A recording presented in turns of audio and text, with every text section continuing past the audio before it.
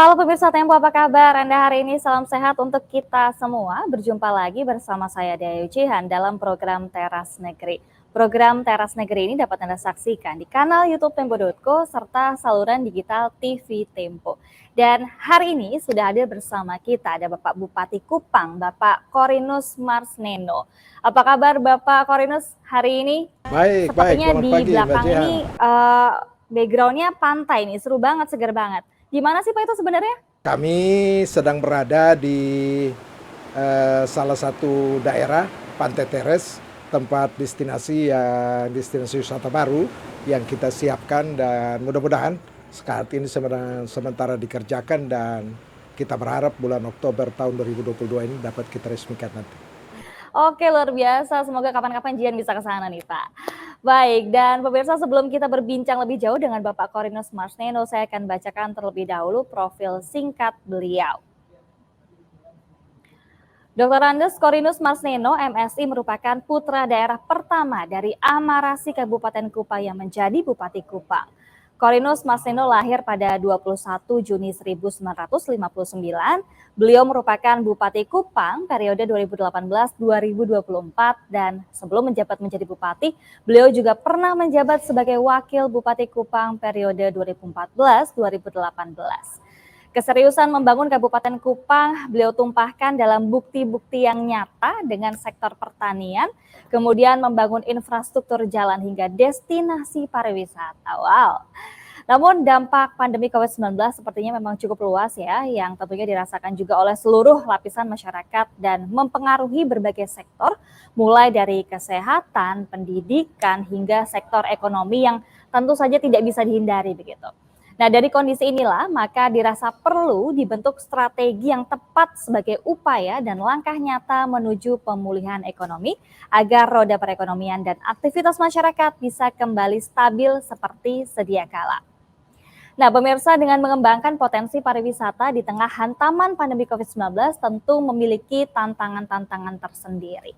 Kira-kira strategi apa yang sudah disiapkan oleh Kabupaten Kupang untuk bangkit dan juga memulihkan roda perekonomian di daerahnya, dan cara apa saja yang digunakan untuk membangun Kabupaten Kupang agar lebih maju lagi? Nah, langsung saja kita tanyakan kepada Bapak Bupati Kupang, Bapak Korinus Marsneno. Baik Pak Bu, boleh dong cerita ke kami gitu ya, kepada pemirsa Tempo, seperti apa kondisi Kabupaten Kupang dalam menghadapi pandemi COVID-19 yang sudah berjalan kurang lebih hampir 2 tahun ini. Seperti apa sih kondisinya Pak? Iya, terima kasih Mbak Jihan. Jadi Kabupaten Kupang ini sebetulnya wilayah yang cukup luas. Wilayah yang terdiri dari 160 desa, 17 kelurahan, dengan luas wilayah kurang lebih 5.000 lebih kilometer persegi. Dan penduduknya sampai dengan tahun 2022 ini berdasarkan hasil sensus 2021 diperkirakan mencapai 403.000 lebih. Dari 403.000 lebih yang terdampak COVID di tahun terakhir, tahun 2021 sampai dengan 31 Desember yang lalu, itu jumlahnya sebanyak 2.030 orang. Dari 2.030 orang ini 1.752 orang dinyatakan sembuh. Sampai dengan saat ini yang masih terkonfirmasi kurang lebih 3 orang, 2 isolasi mandiri dan 1 sedang isolasi di rumah sakit. Dan dari 403.000 yang terkonfirmasi hanya 2.030. Dari 2.030 itu 80%, 90% dinyatakan sembuh dan hanya tinggal 3 orang saja yang masih berada di rumah sakit sampai dengan saat ini. Ya. Baik, bicara soal dampak sendiri Pak, ini kan tentu pandemi memberikan dampak kepada semua sektor. Tapi kira-kira sektor apa sih yang sebetulnya paling memperoleh dampak paling besar atau paling luas begitu? Kalau cerita terdampak sektornya sebetulnya yang paling pertama itu masalah kesehatan masyarakat. Kesehatan masyarakat yang cukup mengalami masalah dan itu berbagai upaya setelah kita lakukan. Yang kedua adalah sektor ekonomi. Sektor ekonomi yang kita alami ini terjadi penurunan daya beli masyarakat, penurunan produksi dari masyarakat, dan jadi juga terjadi penurunan daya beli masyarakat. Tapi kita agak tertolong karena kita ini adalah kabupaten pensuplai kebutuhan-kebutuhan pokok untuk ibu kota provinsi Nusa Tenggara Timur. Jadi memang kita akui bahwa yang paling berdampak itu sebetulnya ekonomi dan masalah kesehatan masyarakat yang hari ini mulai pulih. Baik, tentu saja pertanyaan selanjutnya nih Pak, untuk tetap menjaga pertumbuhan ekonomi di sana begitu ya, langkah-langkah apa saja yang sudah dilakukan sejauh ini dan seperti apa kira-kira progresnya begitu? Iya, untuk menjaga pertumbuhan ekonomi ini sebenarnya ada beberapa sektor yang kita mulai pacu. Yang pertama, kita tingkatkan pembukaan lahan baru di bidang pertanian, baik itu untuk pangan maupun untuk hortikultura. Dan untuk tahun ini, musim tanam Oktober-Maret ini ada kurang lebih lahan seluas 60.000 hektar lebih yang akan kita tanam pada tahun ini. Baik itu untuk padi, untuk jagung, untuk palawija, dan untuk tanaman-tanaman perkebunan. Yang kedua kita pacu di bidang pengembangan peternakan. Ada juga kita pacu bidang ekonominya yaitu bidang perikanan kelautan, dan bidang pariwisata. Kita sementara membangun beberapa objek wisata di Kabupaten Kupang yang kita harapkan akan bisa beroperasi optimal pada tahun ini. Saya kira gitu. Baik. Bapak, kemudian selain pariwisata, apa sih yang menjadi primadona begitu ya di Kabupaten Kupang? Kira-kira sektor apa lagi yang sedang dan juga akan dikembangkan ke depannya begitu? Ini kita bicara konteksnya adalah peluang investasinya seperti apa sih Pak Bu? Iya. Jadi peluang investasi di Kabupaten Kupang ini selain sektor pariwisata, kita juga melakukan pengembangan di bidang usaha peternakan. Ada peternakan yang namanya unggas, ada peternakan babi, ada juga peternakan sapi di Kabupaten Kupang. Dan setiap tahunnya di Kabupaten Kupang ini kita mengeluarkan ternak dari Kabupaten Kupang untuk konsumsi daging, baik itu untuk Kalimantan, Surabaya, dan Jakarta, kurang lebih 20.000 ekor per tahun. Dan itu selalu kurang dan kita akan upayakan untuk kembangkan lagi permintaan untuk tonasenya dinaikkan di masa-masa yang akan datang. Saya kira itu ya. Untuk peternakannya itu, untuk pertaniannya kita peningkatan luas lahan, kemudian untuk perkebunannya kita sedang berupaya untuk menyiapkan perkebunan untuk lahan peternakan, lahan pakan ternak. Selain itu juga kita sedang melakukan peremajaan terhadap tanaman kelapa di Kabupaten Kupang ini. Itu. Oke, nah ini dia yang seru nih Pak. Boleh dong Pak cerita ke kami kira-kira destinasi pariwisata apa aja ya yang menjadi unggulan dari Kabupaten Kupang. Terus apa aja sih keistimewaan dari masing-masing destinasi ini kira-kira? Kabupaten Kupang ini 2 tahun terakhir kita sedang mengembangkan beberapa destinasi wisata. Di antaranya yang ada di Fatu Brown, yang tadi saya juga baru dari sana. Kemudian di Pantai Teres ini. Kemudian yang kita kembangkan saat ini adalah di Otan, di Semau, Pulau Semau. Kita kembangkan juga di Fatu Liu. Dan kita sedang merambah untuk kemudian mempersiapkan satu destinasi wisata yang menurut kami cukup penting, yaitu nanti akan dibangun observatorium di Amphoang dan di situ kita akan lengkapi dengan destinasi wisata ke depan. Nah, kita bicara jika nanti pandemi sudah usai ya, mudah-mudahan tidak lama lagi begitu ya. Kira-kira apa saja sih Pak yang akan menjadi prioritas dari Kabupaten Kupang selain memulihkan perekonomian? Jadi pertama, untuk menuju pasca COVID, kita perlu untuk mendorong masyarakat untuk minimal 70% masyarakat Kabupaten Kupang itu diberikan vaksin. Kemudian yang kedua, bahwa masyarakat Kabupaten Kupang itu harus hidup menurut pola baru. Ya, menggunakan masker, tidak cenderung untuk kemudian berkumpul yang tidak jelas, dan selalu menjaga kesehatan. Saya yakin bahwa 2022 ini kita akan keluar dari masalah COVID. Nah, yang harus kita siapkan adalah masalah sektor-sektor ekonomi yang mengalami kendala atau hambatan pada ketika COVID-19. perlu kita hidupkan kembali dengan bantuan pemerintah, baik dalam bantuan modal, bantuan fasilitas produksi, maupun bantuan agar semua bahan baku yang ada ini kemudian kita tidak keluarkan dalam bentuk bahan baku, tetapi paling tidak di industri-industri rumah tangga ini harus disiapkan supaya nanti masyarakat ini bisa mendapatkan nilai tambah di pasca COVID ini nanti. Saya kira itu. Oke, kalau menurut Bapak Bupati sendiri kira-kira apa saja yang perlu disuarakan begitu ya kepada pemerintah pusat terkait upaya pemulihan dari ekonomi begitu pasca COVID-19 nanti akan selesai begitu? Jadi sebetulnya selain COVID-19 di Kabupaten Kupang ini baru juga mengalami satu masalah bencana yang cukup besar, yaitu bencana Seroja di Kabupaten Kupang. Dan banyak infrastruktur di Kabupaten Kupang yang mengalami kerusakan, dan kita berharap sungguh bahwa paling tidak infrastruktur menuju area-area produksi itu kemudian kita bisa dibantu oleh pemerintah untuk dibangunkan infrastruktur jalan menuju area-area produksi.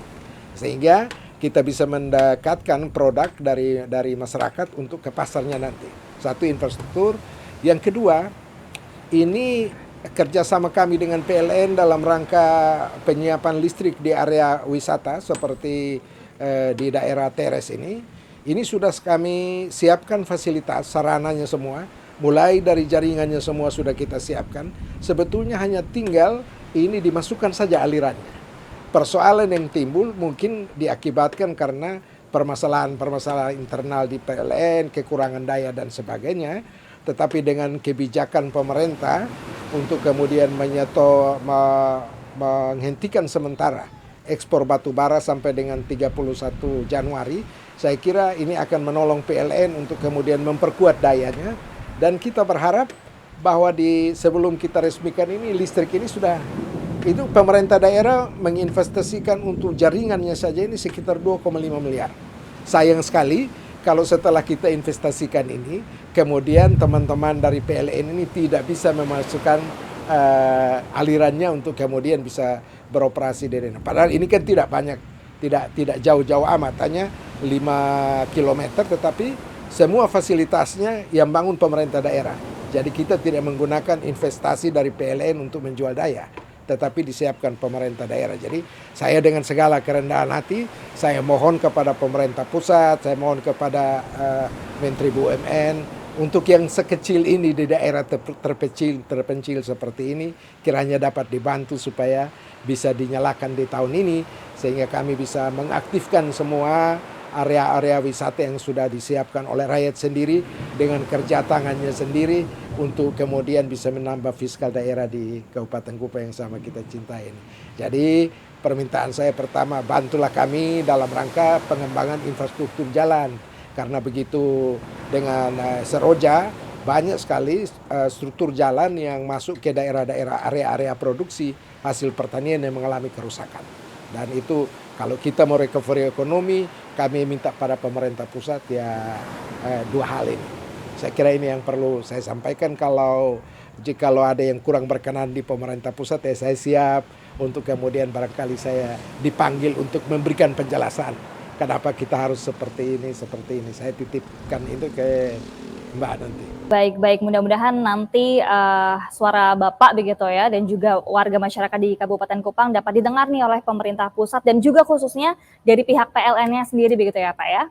Nah, kita akan beralih ke pertanyaan selanjutnya nih Bapak. Kira-kira cita-cita besar Kabupaten Kupang kan akan menjadi lumbung pangan nasional. Nah, lalu strategi apa aja nih yang akan dilakukan? Sebenarnya strategi yang kita siapkan itu di Kabupaten Kupang ini ada beberapa masalah pembangunan di bidang pertanian. Yang pertama memang infrastruktur air sedang kita siapkan. Orang bertani di mana-mana itu kalau ketersediaan airnya kurang, ini juga menjadi soal bagi kita juga. Tetapi sebetulnya bantuan Pak Presiden dalam rangka membangun embung-embung yang cukup besar di Kabupaten Kupang sudah dilaksanakan, dan barangkali hal-hal yang lain yang perlu kita ini adalah alat asintal dalam rangka pengelolaan lahan. Saya kasih contoh di sini, lahan keringnya besar, kita juga sebetulnya membutuhkan EXA dalam rangka membuka lahan-lahan baru eksavator untuk membuka lahan-lahan baru. Kita juga membutuh doser dalam rangka kita meratakan gunung-gunung untuk kemudian kita membuka lahan-lahan baru pertanian. Yang berikut, sebetulnya ada satu hal yang memang dialami oleh masyarakat Kabupaten Kupang yang cukup parah sebetulnya, yaitu ketersediaan pupuk subsidi. Bahwa sampai dengan hari ini, dahulu semua pupuk subsidi itu yang namanya kita masukkan dalam bentuk RDKK itu semua disubsidi oleh pemerintah. Hari-hari ini kemampuan pemerintah dalam rangka menyiapkan pupuk subsidi hanya sebesar maksimal 30% dari kebutuhan pupuk. Nah, sedangkan perbedaan harga antara pupuk subsidi dan pupuk non subsidi itu cukup besar. Harga untuk urea saja itu kalau yang pupuk subsidi 2.350, tetapi yang non subsidi 15.000 per kilogram.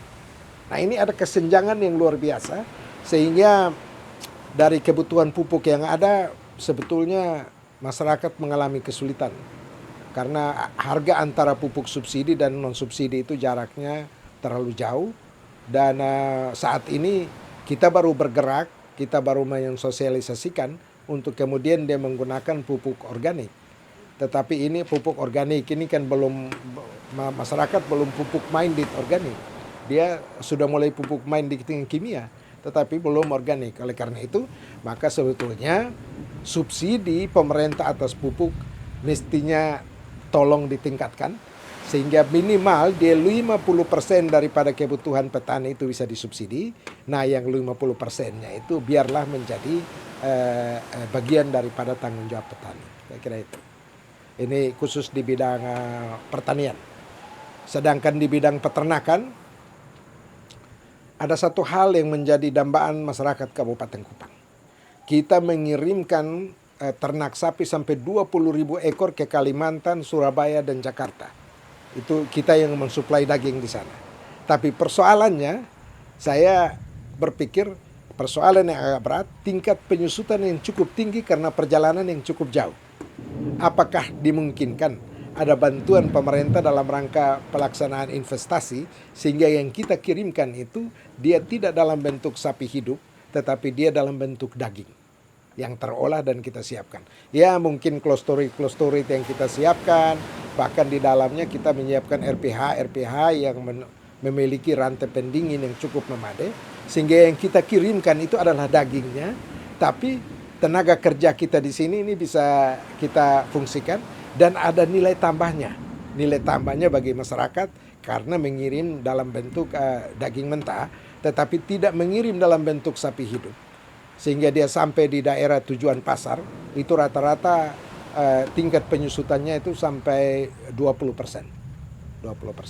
Saya kira itu harapan-harapan kami untuk kemudian kita bersama-sama membangun recovery ekonomi pasca COVID-19. Saya yakin, baik itu pangan dalam bentuk daging, baik itu pangan dalam bentuk holti, baik itu pangan dalam bentuk beras dan jagung, ke depan kita yakin bahwa kita mampu minimal memenuhi kebutuhan lokal Kabupaten Kupang dan NTT pada khususnya. Satu, kalau ada orang ingin berinvestasi di bidang pertanian dan perkebunan, saya memberikan kemudahan.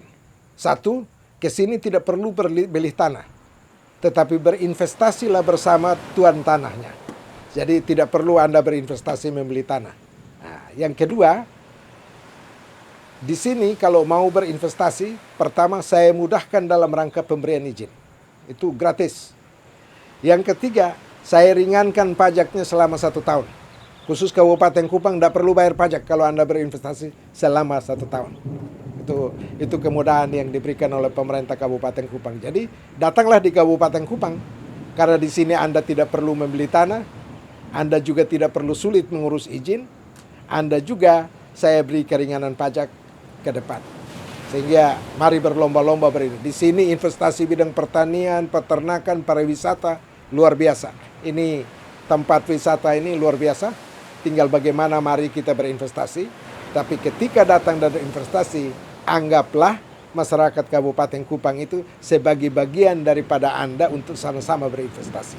Jangan jadikan mereka sebagai buruh kasar, tapi jadikanlah mereka sebagai bagian daripada diri Anda investor untuk membangun di negeri yang kita cintai bersama ini. Saya kira ini yang perlu saya bisa berikan kemudahan bagi investor di Kabupaten Kupang. Dan izin tidak sulit. Kalau Anda datang izin saya sudah pertemukan bila perlu 1 hari 2 hari selesai. Nah, kalau AMDAL tidak terlalu berat AMDAL di sini, sepanjang kalau usaha pertanian AMDALnya sulitnya apa?